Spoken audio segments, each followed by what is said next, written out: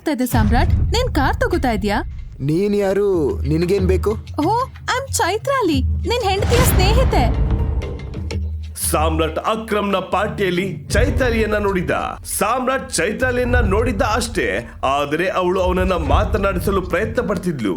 ಚೈತಾಲಿಗೆ ಸಾಮ್ರಾಟ್ ಮೇಲೆ ಮೊದಲಿಂದಲೂ ಅನುಮಾನವಿತ್ತು. ಈ ಪ್ರಶ್ನೆನ ನಾನ್ ನಿನಗ್ ಕೇಳ್ಬೇಕು. ನೀನ್ ಹೇಗ್ ಕಾರನ್ನ ಪರ್ಚೇಸ್ ಮಾಡ್ಬಲ್ಲೆ? ಸಾನ್ಯಾ ನನ್ ಹತ್ರ ಹೇಳಿದ್ಲು ನಿನ್ ಹತ್ರ ಹಣ ಇಲ್ಲ ಅಂತ. ಹೌದು, ನನಗಲ್ಲ, ನನ್ನ ಬಾಸ್ಗಾಗಿ ತಗೊಳ್ತಿದ್ದೆ. ಚೈತಾಲಿ ಅವನನ್ನ ಒಂದು ಕ್ಷಣ ನೋಡಿ ಹೇಳಿದ್ಲು. ಹೌದಾ? ನೀನ್ ಸುಳ್ಳು ಹೇಳ್ತಾ ಇಲ್ಲ ಅಲ್ವಾ? ನಾನ್ ಯಾಕೆ ಸುಳ್ಳು ಹೇಳಿ? ಗೊತ್ತಿಲ್ಲ, ಒಂದ್ ಕೆಲ್ಸ ಮಾಡ್ತೀನಿ, ಸಾನ್ಯಾಗೆ ಹೇಳ್ತೀನಿ. ನಿನ್ನ ಅವಳು ಕಾರ್ನಲ್ಲಿ ನೋಡಿದ್ರೆ ಅವಳಿಗೆ ಖುಷಿ ಆಗತ್ತೆ. ಇಲ್ಲ, ಅವಳು ಇಲ್ಲಿಗೆ ಬರೋದೇನಕ್ಕೆ? ಅವಳಿಗೆ ಯಾಕೆ ಸುಮ್ನೆ ತೊಂದ್ರೆ? ನೀನ್ ಹೇಳು, ನಿಂಗೇನಾದ್ರೂ ಸಹಾಯ ಬೇಕಾ? ನೀನ್ ನನಗೆ ಒಂದು ಟ್ರೀಟ್ ಕೊಡ್ಸ್ಬೋದು. ಯಾಕೆ ನೀನ್ ನನಗೆ ಟ್ರೀಟ್ ಕೊಡ್ಸಲ್ವಾ? ನೋಡು, ನಾನು ನಿನ್ನ ವೈಫ್ನ ಫ್ರೆಂಡ್, ನನಗಿಲ್ಲ ಅಂತ ಹೇಳ್ಬೇಡ. ಸಾಮ್ರಾಟ್ ಏನು ಹೇಳೋದಕ್ಕೂ ಮೊದಲೇ ಚೈತ್ರಾಲಿ ಕಾರ್ನ ಪ್ಯಾಸೆಂಜರ್ ಸೀಟ್ ನಲ್ಲಿ ಹೋಗಿ ಕುಳಿತುಕೊಂಡಳು. ಅಷ್ಟರಲ್ಲಿ ಮ್ಯಾನೇಜರ್ ಪೇಪರ್ಸ್ ಅನ್ನ ತೆಗೆದುಕೊಂಡು ಬಂದರು ಮತ್ತು ಸಾಮ್ರಾಟ್ ಅದರಲ್ಲಿ ಸಹಿ ಹಾಕಿದ.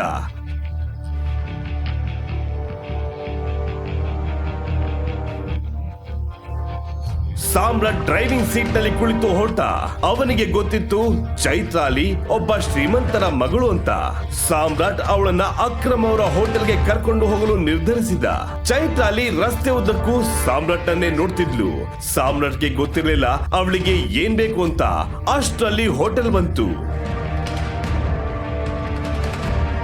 ಬಿಸ್ನೆಸ್ ಅಲ್ಲಿ ಅಕ್ರಮ್ ಯಾರ ಮಾತನ್ನು ಕೇಳಲ್ಲ, ಗೊತ್ತಾಯ್ತಾ? ಸರಿ, ನಾನು ಆಮೇಲೆ ಕಾಲ್ ಮಾಡ್ತೀನಿ. ಟೈಗರ್, ಸಾಮ್ರಾಟ್ನ ಫೋನ್ ರಿಂಗ್ ಆಯ್ತು. ಅದು ಅಕ್ರಮ್ನ ಫೋನ್.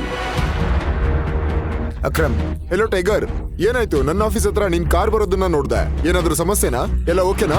ಹಾ ಹೌದು, ಅದು ಹೋಟೆಲಲ್ಲಿ ಯಾರ ಜೊತೆಗೋ ಲಂಚಿಗೆ ಬಂದಿದ್ದೆ ನಾನು.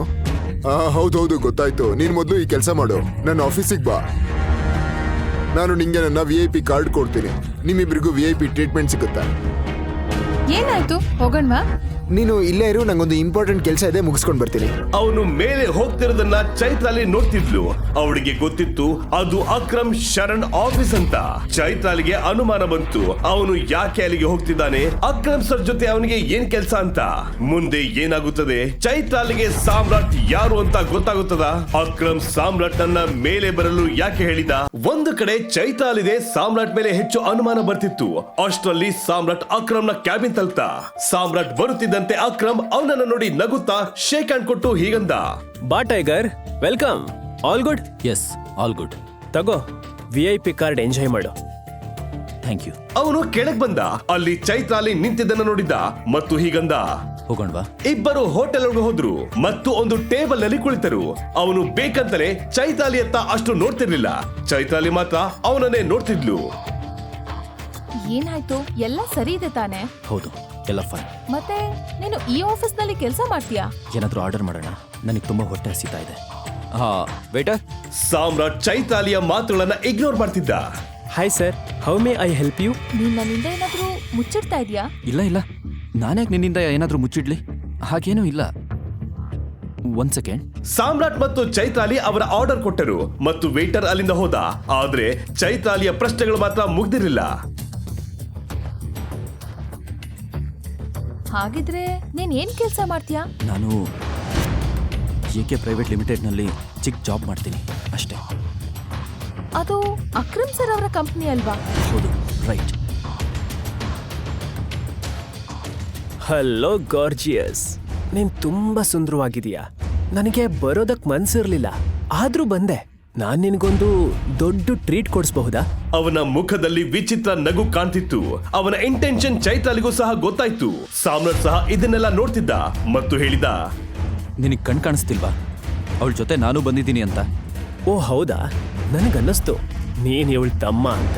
ಆದ್ರೆ ನೀನೇ ಹೇಳಿದ್ಯಾ ಅವಳ ಜೊತೆ ನೀನು ಬಂದಿದ್ಯಾ ಅಂತ. ಪರವಾಗಿಲ್ಲ, ಸ್ವೀಟ್ ಆಗಿ ಹೇಳ್ತಿದ್ದೀನಿ, ಇಲ್ಲಿಂದ ಹೊರಟೋಗು. ಸಾಮ್ರಾಟ್ ಸ್ವಲ್ಪ ಹೊತ್ತು ಸುಮ್ನಿದ್ದ ಮತ್ತು ಅವನು ಯಾವ ಹಂತಕ್ಕೆ ಹೋಗ್ತಾನೆ ನೋಡೋಣ ಅಂತ ಸುಮ್ನೆ ಇದ್ದ. ಅಷ್ಟರಲ್ಲಿ ಆ ವ್ಯಕ್ತಿ ಚೈತ್ರಾಲಿ ಕಡೆ ತಿರುಗಿ ಹೇಳಿದ, ನೀನ್ ನೋಡಕ್ ಎಷ್ಟು ಸುಂದರವಾಗಿದ್ಯಾ. ನಿನ್ನ ನೋಡಿದ್ರೆ ನೀನ್ ತುಂಬಾ ಶ್ರೀಮಂತರ ಮನೆಯಿಂದ ಬಂದಿದ್ಯಾ ಅನ್ಸುತ್ತೆ. ನೀನ್ ಇಂಥವ್ರ ಜೊತೆ ಎಲ್ಲ ಬರಬಾರ್ದು. Standard is important, right? ನಿನಗೆ ಯಾರಾದ್ರೂ ಬಂದು ಹೇಳಿದ್ರ ಬುದ್ಧಿವಾದ ಹೇಳು ಅಂತ? ಹೋಗಿಲ್ಲಿಂದ. ನೀನ್ ನನ್ ಜೊತೆ ಬಾ, ನಿನಗೆ ಏನು ತೊಂದರೆ ಆಗಲ್ಲ. ನೀನ್ ಇಂಥ ಡೌನ್ಲೋಡ್ ವ್ಯಕ್ತಿಗಳ ಜೊತೆ ಇರಬಾರ್ದು. ಇವನ ಅಪ್ಪನೇ ಅವನ್ ಹುಟ್ಟಿದ ತಕ್ಷಣ ಬಿಟ್ಟು ಹೋಗಿದ್ದಾನೆ ಅನ್ಸುತ್ತೆ. ಸಾಮ್ರಾಟ್ಗೆ ಇನ್ನೂ ತಾಳ್ಮೆಯಿಂದ ಕೂರಲು ಸಾಧ್ಯವಾಗಲಿಲ್ಲ. ಇವನು ಈಗ ಎಲ್ಲ ಲಿಮಿಟ್ ಗಳನ್ನ ಕ್ರಾಸ್ ಮಾಡಿದ್ದಾನೆ. ಕಮ್. ಏನ್ ಹೇಳ್ತಾ ಇದೀಯ ನೀನು? ಆ ವ್ಯಕ್ತಿ ಯಾವಾಗ ಸಾಮ್ರಾಟ್ ಅಪ್ಪನ ಬಗ್ಗೆ ಮಾತಾಡಿದ್ನೋ ಆವಾಗ ಸಾಮ್ರಾಟ್ಗೆ ತುಂಬಾ ಕೋಪ ಬಂತು. ಅವನಿಗೆ ಹಿಗ್ಗ ಮುಗ್ಗ ಹೊಡೆಯಲು ಆರಂಭಿಸಿದ. ಹುಡುಗಿಯರ ಜೊತೆ ಹೀಗೆ ನಡೆದುಕೊಳ್ಳುವುದು ಸರಿಯಿಲ್ಲ ಅಂತ ಇನ್ನೂ 2 ಬಿಟ್ಟ. ಯಾರ ಅಪ್ಪನ ಬಗ್ಗೆ ಮಾತಾಡ್ತಿದ್ಯಾ ನೀನು? ನಿನ್ನ ಅಪ್ಪ ಇದನ್ನೇನಾ ಹೇಳ್ಕೊಟ್ಟಿರೋದು ನಿನಗೆ? ಇಷ್ಟು ಹೊತ್ತು ಆವಾಜ್ ಹಾಕಿ ಮಾತಾಡ್ತಿದ್ದ ಆ ವ್ಯಕ್ತಿಯ ಬಾಯಿಂದ ಒಂದು ಮಾತು ಬರಲಿಲ್ಲ. ಇಲ್ಲೇನಾಗ್ತಿದೆ? ಇದೊಂದು ರೆಪ್ಯೂಟೆಡ್ ಹೋಟೆಲ್, ಇದು ಫಿಶ್ ಮಾರ್ಕೆಟ್ ಅಲ್ಲ. ಮ್ಯಾನೇಜರ್, ಎಂತೆಂತ ವ್ಯಕ್ತಿಗಳನ್ನ ಹೋಟೆಲ್ ಒಳಗ್ ಬಿಡ್ತೀರಾ? ಸಾಮ್ರಾಟ್ಗೂ ಸಹ ಅನಿಸಿತು ನಾನು ಅವನಿಗೆ ಜಾಸ್ತಿ ಹೊಡೆದಿದ್ದೀನಿ ಅಂತ.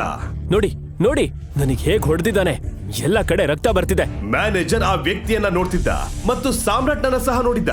ಸಾಮ್ರಾಟ್ ಏನು ಹೇಳುವುದರ ಮೊದಲೇ ಮ್ಯಾನೇಜರ್ ಹೀಗೆ ಎಂದು ಹೇಳಿದ್ದ, ನಮ್ VIP ಕಸ್ಟಮರ್ ಮೇಲೆ ಕೈ ಮಾಡಿದ್ಯಾ? ಇವ್ನು ನಮಗೆ ತೊಂದರೆ ಕೊಡ್ತಿದ್ದ. ನಾವು ಮೊದಲು ಸುಮ್ಮನಿದ್ವಿ. ಮತ್ತೆ ಮತ್ತೆ ವಾರ್ನಿಂಗ್ ಕೊಟ್ಟ ಮೇಲೂ ಕೂಡ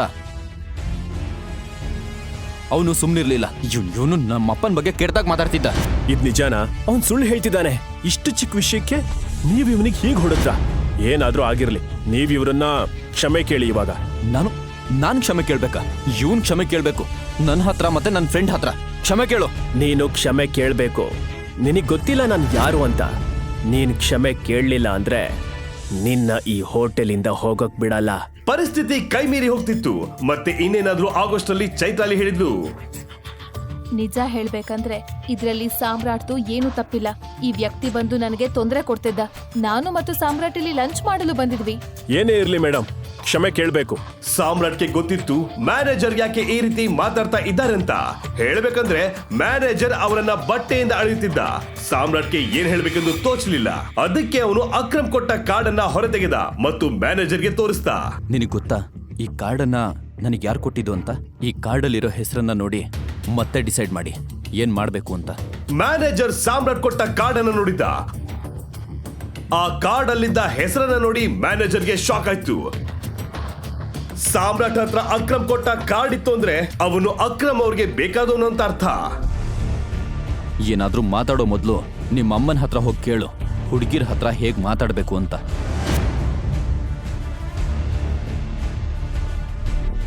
ಸಾಮ್ರಾಟ್ ಚೈತ್ರಾಲಿಯನ್ನ ಅವನ ಜೊತೆ ಕರ್ಕೊಂಡು ಅಲ್ಲಿಂದ ಹೊರಟ. ಇಬ್ರು ಒಂದು ಕಾರಲ್ಲಿ ಕುಳಿತರು. ಆದ್ರೆ ಯಾರು ಮಾತಾಡ್ತಿರ್ಲಿಲ್ಲ. ಆಗಿದ್ದೆಲ್ಲ ಆಯ್ತು. ಆದ್ರೆ ಸಾಮ್ರಾಟ್ ಇದನ್ನೇ ಯೋಚಿಸುತ್ತಿದ್ದ, ಚೈತ್ರಾಲಿಯ ತಲೆಯಲ್ಲಿ ಏನ್ ನಡೀತಿದೆ ಅಂತ.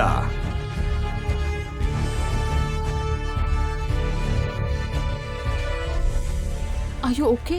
ಸಾರಿ, ನಿನ್ ಮೂಡ್ ಮತ್ತೆ ಲಂಚ್ ಎರಡನ್ನೂ ಸ್ಪಾಯ್ಲ್ ಮಾಡಿದೆ. ಬೇಕಿದ್ರೆ ಬೇರೆ ಕಡೆ ಹೋಗ್ತೀನಿ ನೋಡ. ಓಕೆ, ನಾನಿವತ್ತು ಇಡೀ ದಿನ ಫ್ರೀ. ಅವಳ ಮಾತುಗಳನ್ನು ಕೇಳಿದ ಸಾಮ್ರಾಟ್ ಕಾರನ್ನ ಮತ್ತೊಂದು ಹೋಟೆಲ್ ಕಡೆ ತಿರುಗಿಸ್ತಾ.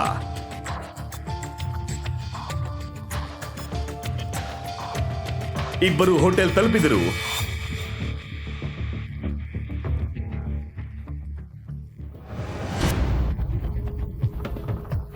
ಸಾಮ್ರಾಟ್ಗೆ ಗೊತ್ತಿತ್ತು ಈ ಹೋಟೆಲ್ ಯಾರದು ಅಂತ. ಈ ಹೋಟೆಲ್ ಕೀರ್ತಿ ಧರ್ಮಂದು. ಕೀರ್ತಿ ಧರ್ಮ ಹೋಟೆಲ್ ಜೊತೆ ಮಾಫಿಯಾ ಡಾನ್ ಸಹ ಆಗಿದ್ದ. ಮಾಫಿಯಾ ವರ್ಲ್ಡ್ ಅಲ್ಲಿ ಟೈಗರ್ ಹೆಸರು ಎಷ್ಟು ಸುದ್ದಿ ಮಾಡ್ತಿತ್ತೋ ಕೀರ್ತಿ ಧರ್ಮನ ಹೆಸರು ಸಹ ಅಷ್ಟೇ ಸದ್ ಮಾಡ್ತಿತ್ತು. ಎಷ್ಟೋ ವಿಷಯಗಳಲ್ಲಿ ಇವರಿಬ್ರು ದುಶ್ಮನ್ಗಳಾಗಿದ್ರು. ಸಾಮ್ರಾಟ್ಗೆ ಅನಿಸ್ತಿತ್ತು ಅವನು ಕೀರ್ತಿ ಧರ್ಮನಿಗೆ ಮುಖಾಮುಖಿ ಆಗಬಹುದು ಅಂತ. ಹಾಗಿದ್ರೆ ನೀನ್ ಡಿಸೈಡ್ ಮಾಡಿದ್ಯಾ ಅನ್ಸತ್ತೆ. ನಿನ್ ಬಗ್ಗೆ ನೀನ್ ಏನು ಹೇಳಲ್ಲ ಅಂತ. ಏನ್ ಹೇಳ್ಬೇಕು? ನಿಜ ಹೇಳ್ಬೇಕಂದ್ರೆ ಸಾಮ್ರಾಟ್ಗೆ ಗೊತ್ತಿತ್ತು ಚೈತ್ರಾಲಿ ಯಾಕೆ ಈ ರೀತಿ ಕೇಳ್ತಿದ್ದಾಳಂತ. ಹೋ ಕಮ್ ಆನ್, ಈಗ ಹೇಳು, ಎಷ್ಟು ದೊಡ್ಡ ಸೀಕ್ರೆಟ್ ಆದ್ರೂ ಏನು? ಏನು ಗೊತ್ತಾಗ್ಬೇಕು ನಿಂಗೆ? ನಿನ್ ಹತ್ರ ಕೇಳ್ತಾ ಇದೀನಿ ಅಂದ್ರೆ ನಿನ್ ಬಗ್ಗೆನೇ ಅಲ್ವಾ? ನನ್ನ ಬಗ್ಗೆ ಹೇಳೋಕೆ ಅಷ್ಟೇನೂ ಇಲ್ಲ. ಸಾಮ್ರಾಟ್ ಹೀಗಂತ ಹೇಳಿ ಆ ಕಡೆ ಈ ಕಡೆ ನೋಡಲು ಆರಂಭಿಸಿದ. ಈ ಸಮಯದಲ್ಲಿ ಕೀರ್ತಿಧರ್ಮ ಬಾಸ್ ಅವ್ರ ಹೆಸರು ಗುರ್ಗಾಂವ್ ಮಾತ್ರ ಅಲ್ಲ, ಇಡೀ ಇಂಡಿಯಾನಲ್ಲಿ ಕೇಳಿಸ್ತಿದೆ. ಹೌದು, ಟೈಗರ್ ಮಾರ್ಕೆಟ್ನಿಂದ ಡಿಸಪಿಯರ್ ಆದ್ಮೇಲೆ ಟೈಗರ್ ಹೆಸರು ಮಾಯವಾಗಿ ಹೋಯ್ತು. ಆಗ ಅವನ ಕಣ್ಣು ಗಂಭೀರವಾಗಿ ಮಾತಾಡ್ತಿದ್ದ ಕೆಲವರ ಕಡೆ ಬಿತ್ತು. ಟೈಗರ್ ಬಗ್ಗೆ ಅವರು ಹೀಗೆ ಯಾಕೆ ಮಾತಾಡ್ತಿದ್ದಾರೆ ಎಂಬುದು ಅವನಿಗೆ ಅರ್ಥವಾಗಲಿಲ್ಲ. ಹೇಳು ಸಾಮ್ರಾಟ್, ನೀನ್ ನನ್ನಿಂದ ಏನಾದ್ರೂ ಮರೆ ಮಾಡ್ತಿದ್ಯಾ? ಇಲ್ಲ, ನಾನ್ಯಾಕೆ ನಿನ್ನಿಂದ ಏನು ಮುಚ್ಚಿಡ್ಲಿ? ಟೈಗರ್ ಡಿಸಪಿಯರ್ ಆಗಿಲ್ಲ, ಟೈಗರ್ ಬದುಕಿದ್ದಾನೆ, ಮತ್ತೆ ತುಂಬಾ ಬೇಗ ಮರಳಿ ಬರ್ತಾನೆ. ನಿನಗ್ ಗೊತ್ತಾ, ಈಗ ಕೀರ್ತಿಧರ್ಮ ಸರ್ ಅವ್ರ ಹವಾ ಬರೀ ಬೆಂಗಳೂರಲ್ಲಿ ಮಾತ್ರ ಅಲ್ಲ, ಇಡೀ ಇಂಡಿಯಾದಲ್ಲೇ ನಡೀತಾ ಇದೆ. ಹೌದು, ನಿಜ. ನಾನ್ಸೆನ್ಸ್ ನಾನ್ಸೆನ್ಸ್ ಮಾತನ್ನ ನೀನ್ ಆಡ್ತಾ ಇದೀಯಾ. ಟೈಗರ್ನ ಕೀರ್ತಿ ಧರ್ಮನ್ ಜೊತೆ ಕಂಪೇರ್ ಮಾಡ್ತಾ ಇದೀಯಾ. ಲೋಕಲ್ ಬ್ರಾಂಡೆಡ್ ವಿಸ್ಕಿ ಜೊತೆ ಕಂಪೇರ್ ಮಾಡಿದ ಹಾಗಿದೆ. ಟೈಗರ್ ಬದುಕಿದಾನೆ ಮತ್ತವನು ಬೇಗ ವಾಪಸ್ ಬರ್ತಾನೆ. ಜಾನಿ ಎಂಬ ಈ ವ್ಯಕ್ತಿ ಹೇಳಿದ ಮಾತುಗಳನ್ನು ಕೇಳಿ ಸಾಮ್ರಾಟ್ಗೆ ಶಾಕ್ ಆಯ್ತು. ಸಾಮ್ರಾಟ್ಗೆ ತಿಳಿಯಬೇಕಿತ್ತು, ಈ ವ್ಯಕ್ತಿ ಸುಮ್ಮನೆ ಬಾಯಿಗೆ ಬಂದಂತೆ ಹೇಳ್ತಿದ್ದಾನ ಅಥವಾ ಅವರಿಗೆ ಏನಾದ್ರೂ ನಿಜವಾಗ್ಲೂ ಗೊತ್ತಿತ್ತಾ ಅಂತ. ಮುಂದೆ ಏನಾಗುತ್ತೆ ಸಾಮ್ರಾಟ್ಗೆ ನಿಜ ಗೊತ್ತಾಗುತ್ತಾ ಮತ್ತು ಚೈತಾಲಿ ಅವನ ಬಾಯಿಂದ ನಿಜ ಹೇಳಿಸ್ತಾಳ? ಸಾಮ್ರಾಟ್ ಅವರ ಮಾತುಗಳನ್ನ ಗಮನವಿಟ್ಟು ಕೇಳ್ತಿದ್ದ. ಸಾಮ್ರಾಟ್ ಜೊತೆ ಈಗ ಚೈತಾಲಿ ಸಹ ಅವರ ಮಾತುಗಳನ್ನ ಕೇಳಿಸ್ಕೊಳ್ತಿದ್ಲು.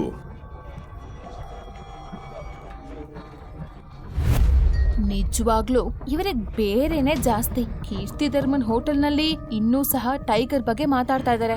ಯಾವುದೋ ಕಾರಣಕ್ಕೆ ಚೈತಾಲಿಗೆ ಈಗ ಸಹ ಅನಿಸ್ತಿತ್ತು ಸಾಮ್ರಾಟ್ ಅವಳಿಂದ ಏನೋ ಮುಚ್ಚಿಟ್ಟಿದ್ದಾನೆ ಅಂತ. ಅವಳು ಸಾಮ್ರಾಟ್ ಅನ್ನೇ ನೋಡ್ತಿದ್ಲು. ಸಾಮ್ರಾಟ್, ಏನ್ ಹೇಳ್ತಾ ಇದ್ದೆ ನೀನು? ನನ್ ಫ್ರೆಂಡ್ಗೆ ನೀನ್ ಸುಳ್ಳು ಹೇಳ್ತಿದ್ಯಾ?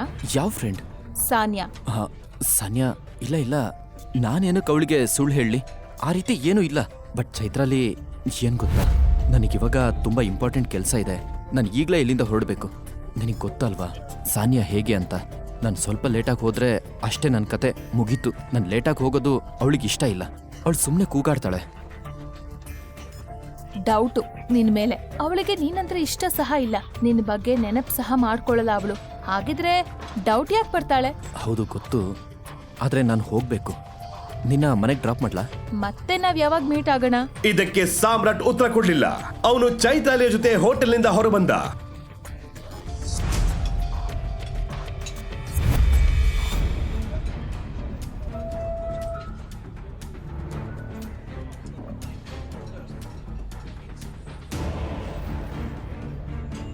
ಹೊರ ಬರುತ್ತಿದ್ದಂತೆ ಸಾಮ್ರಾಟ್ ಅದೊಂದು ದೃಶ್ಯ ನೋಡ್ದ. ಒಂದಷ್ಟು ಗೂಂಡಗಳು ಜಾನಿಗೆ ಹೊಡಿತಿದ್ರು. ಯಾಕೆ ಇವನನ್ನು ಹೊಡಿತಿದ್ದೀರಾ? ನೀನ್ ಯಾರೋ ಕೇಳಕ್ಕೆ? ನನ್ ಯಾರೋ ಬಿಡು.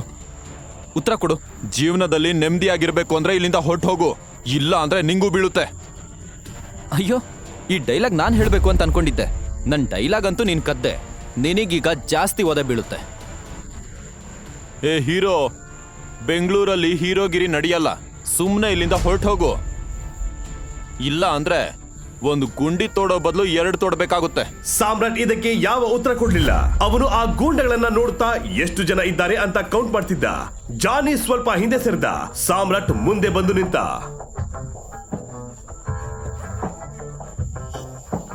ಹರಿಶ್ಚಂದ್ರ ಘಾಟ್ಗೆ ಫೋನ್ ಮಾಡಿ ಹೇಳು, 4 ಗುಂಡಿ ತೋಡಕ್ಕೆ. ಇಬ್ರು ಮಣ್ಣು ಹಾಕೋಕ್ ಬರ್ತಾರೆ ಅಂತ. ಅಟ್ಯಾಕ್! ಸಾಮ್ರಾಟ್ ಫೈಟ್ ಮಾಡಲು ರೆಡಿಯಾಗಿದ್ದ. ನೋಡ್ತಾ ಎಲ್ಲರನ್ನು ಸಾಮ್ರಾಟ್ ಹೊಡೆದ.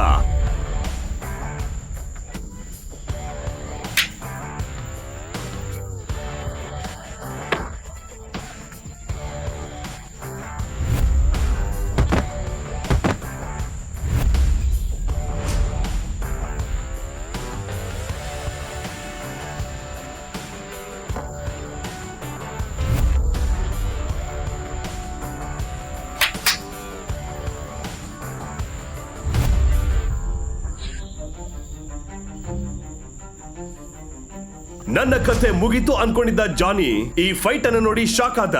ಸಾಮ್ರಾಟ್ ಅವನ ಮುಂದೆ ದೇವರಂತೆ ಬಂದಿದ್ದ. ಸಾಮ್ರಾಟ್ ಜಾನಿಗೆ ಕಟ್ಟಿದ ಹಗ್ಗವನ್ನ ಬಿಚ್ಚಿದ.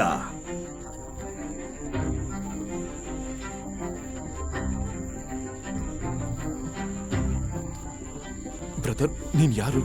ನನ್ ಪ್ರಾಣ ಯಾಕೆ ಉಳಿಸ್ದೆ? ಸಾಮ್ರಾಟ್ ಅವನಿಗೆ ಏನೂ ಉತ್ತರ ಕೊಡ್ಲಿಲ್ಲ. ಬರೀ ಅವನ ಕಣ್ಣುಗಳನ್ನೇ ನೋಡ್ತಿದ್ದ ಜಾನಿ ಮಾತ್ರ ಉತ್ತರಕ್ಕೆ ಕಾಯ್ತಿದ್ದ. ನಾನು ಯಾರು ಅನ್ನೋದನ್ನ ನಿನಗೆ ಹೇಳ್ತೀನಿ.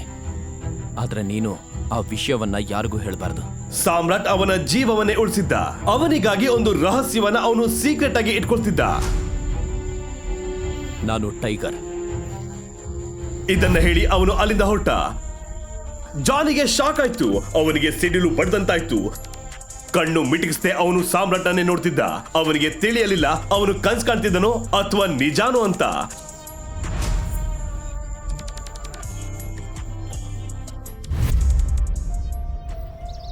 ಸ್ವಲ್ಪ ಸಮಯದ ನಂತರ ಸಾಮ್ರಾಟ್ ಶ್ರೀಕಂಠದತ್ತ ಅವರ ಮನೆಗೆ ಬಂದ.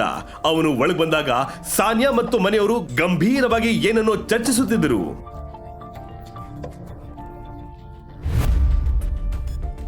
ನನ್ಗಂತೂ ಗೊತ್ತಾಗ್ತಾ ಇಲ್ಲ ಏನ್ ಮಾಡ್ಬೇಕು ಅಂತ.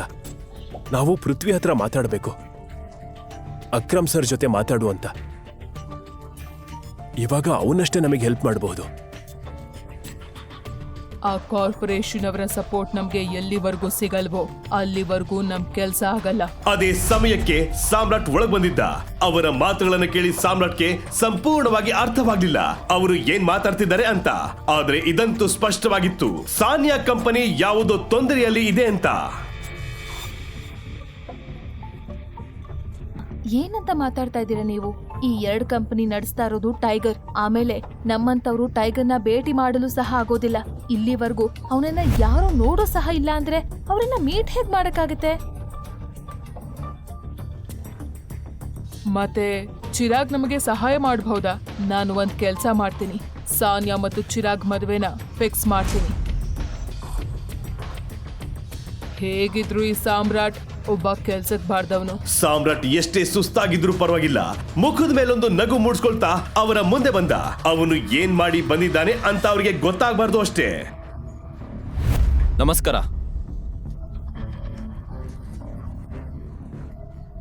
ಸಾಮ್ರಾಟ್ ಯಾವಾಗ ಎಲ್ಲರಿಗೂ ನಮಸ್ಕಾರ ಹೇಳಿದ್ದೋ ಎಲ್ಲರೂ ಅವನನ್ನೇ ನೋಡ್ತಾ ಸೋಫಾ ಮೇಲಿಂದ ಎದ್ದು ನಿಂತರು. ಅವರ ಕಣ್ಣುಗಳಲ್ಲಿ ಕೋಪ ಎದ್ ಕಾಣ್ತಿತ್ತು.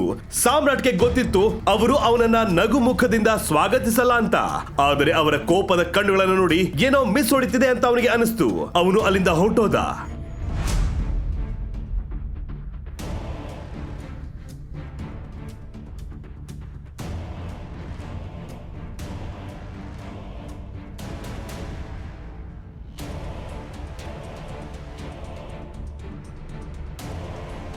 ಅಷ್ಟಕ್ಕೂ ಯಾಕೆ ಅವರು ಸಾಮ್ರಾಟ್ ಮೇಲೆ ಅಷ್ಟು ಕೋಪ ಮಾಡ್ಕೊಂಡಿದ್ದಾರೆ? ಸಾನ್ಯಾ ಕಂಪನಿಗೆ ಏನ್ ತೊಂದರೆ ಆಗಿದೆ? ಸಾಮ್ರಾಟ್ ಆ ತೊಂದರೆಯನ್ನ ಬಗೆಹರಿಸ್ತಾನ? ಮುಂದೆ ಏನಾಗುತ್ತದೆ ಅಂತ ತಿಳಿದುಕೊಳ್ಳಲು ಈಗ ನೀವು ಪಾಕೆಟ್ ಎಫ್ಎಂ ನಲ್ಲಿರೋ ಎಲ್ಲಾ ಶೋಗಳನ್ನ ಈಸಿಯಾಗಿ ಕೇಳಬಹುದು. ಈಗಲೇ ಡೌನ್ಲೋಡ್ ಮಾಡಿ ಪಾಕೆಟ್ ಎಫ್ಎಂ ಮತ್ತು ಕೇಳಿ ದೇಶ ವಿದೇಶದಲ್ಲಿ ಫೇಮಸ್ ಆಗಿರೋ ಟೈಗರ್ ರಿಟರ್ನ್ಸ್ ಅನ್ನೋ ಮೈ ನವಿರೇಳಿಸೋ ಕಥೆಯನ್ನ.